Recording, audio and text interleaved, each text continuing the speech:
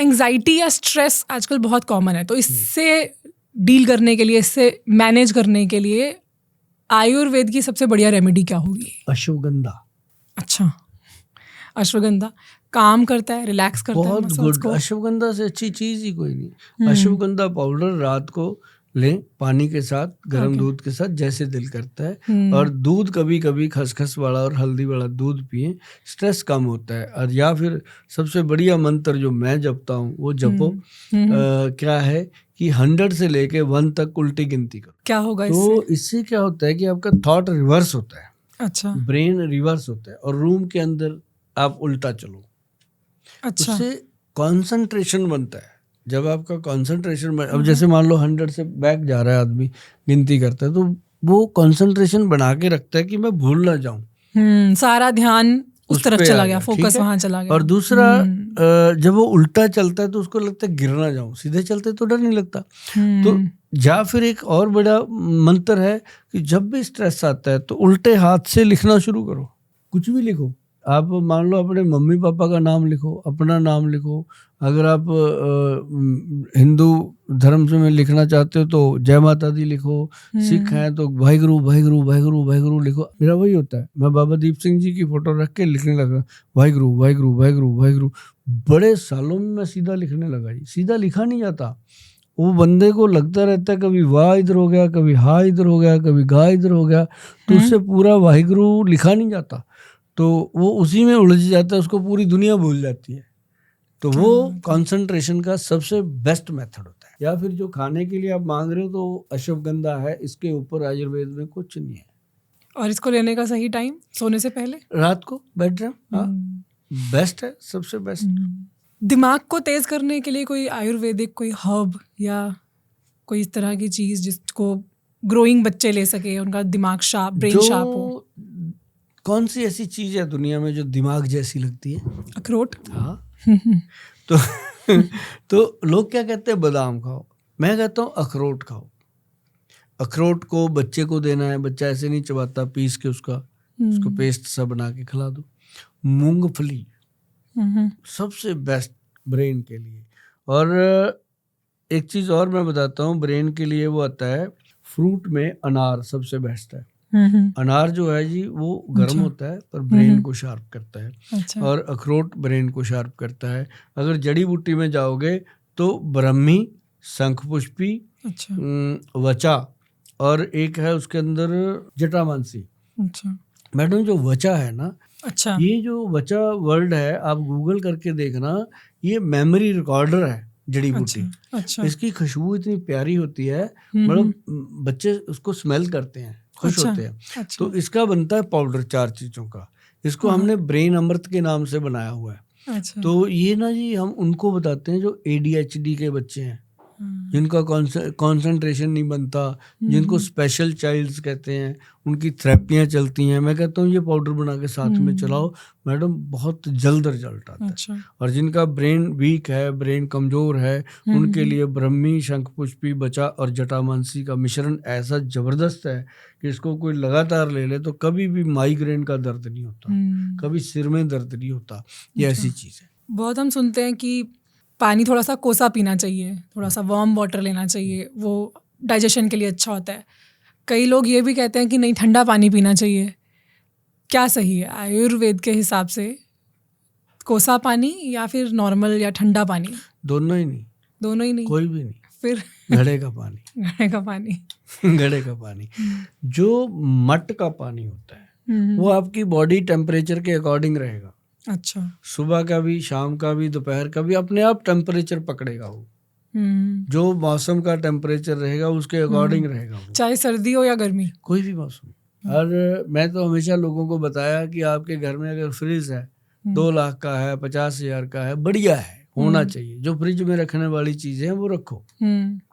पानी फ्रिज का मत पियो। पानी पीना है तो घड़े का पीना है। बहुत ज़्यादा अमीर हैं आप तो कोई बात नहीं, सोने का घड़ा ले आओ, मिट्टी का घड़ा लेके उसको सोने का कैप चढ़ा लो ऊपर, फ्रिज के पास रख लो, सोने का गिलास ले लो, उससे पानी भर के पी लो, है अगर आपको अमीरी दिखानी है।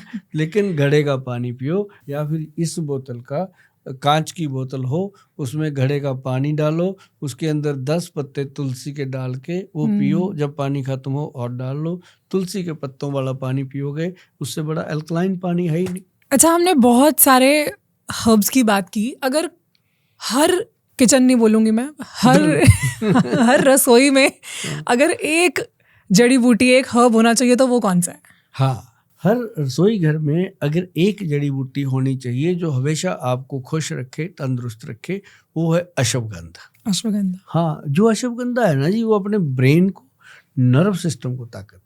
और बाकी तो औषधियाँ हैं, जैसे हल्दी है, अजवाइन है, खसखस है, ये सारी चीज़ें तो है, लेकिन अश्वगंध हर एक घर में नहीं होती, होनी चाहिए। और घर के बुजुर्गों को, बड़ों को चाहिए, वो बच्चों को भी खिलाएं, घर के थानेदार को भी खिलाएं, लानेदार को भी खिलाएं, खुद भी खाएं।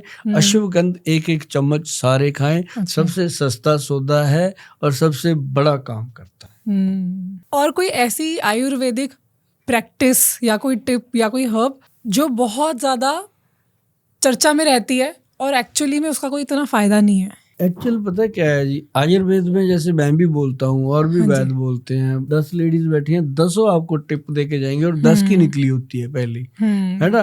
तो वो आपको कोई कहेगी जी नींबू पानी पिया कर, सुबह खाली पेट शहद मिला के गर्म पानी में पिया कर, कोई कहेगी सौंफ उबाल के पिया कर। मतलब ऐसा काम नहीं करना चाहिए। जो भी करना किसी ऑथेंटिक वैद्य या अच्छी कोई बुक से मिले, आपको फार्मूला जो बुक है उससे मिले तो वो आप कर सकते हैं। अदरवाइज आयुर्वेद में कोई भी ऐसी जड़ी बूटी नहीं है मैडम जिसका कोई फायदा ना हो। जो घास होता है, घास को खा के कुत्ता अपना ट्रीटमेंट कर लेता है, देखा होगा आपने। घास को खा के गाय भैंस दूध दे देती है, तो उसके अंदर भी गुण है। तो मतलब कोई ऐसी चीज है नहीं।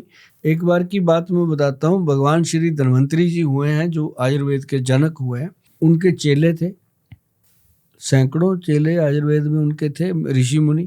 तो सब उन्होंने गद्दी देनी थी एक को, सबको बुला के कहते भी एक जो आप में से ऐसी जड़ी बूटी लेके आएगा ढूंढ के जिसका कोई गुण ना हो, उसको गद्दी दूंगा। लो जी, सारे अपने अपने जंगलों में, पहाड़ों में सब चले। कोई कुछ पकड़ के आ रहा है, बड़ा बड़ा ये है जी, ये तो बेकार है। कोई बैंगन ले आया, कहते इसका नाम ही बेगुण है, ये तो बेगुण है। मतलब सब ले आए। तो वो एक उनमें से चेला वापस नहीं आया। सबने कहा वो नहीं आया, कहाँ गया, गुम हो गया। कहते वो शर्म के मारे भाग गया होगा, उसको मिली नहीं होगी कोई। सच वही हुआ कि वो आके बैठ गया दीवार के पास। भगवान धन्वंतरी जी ने पूछा, हाँ भाई क्या हुआ तू?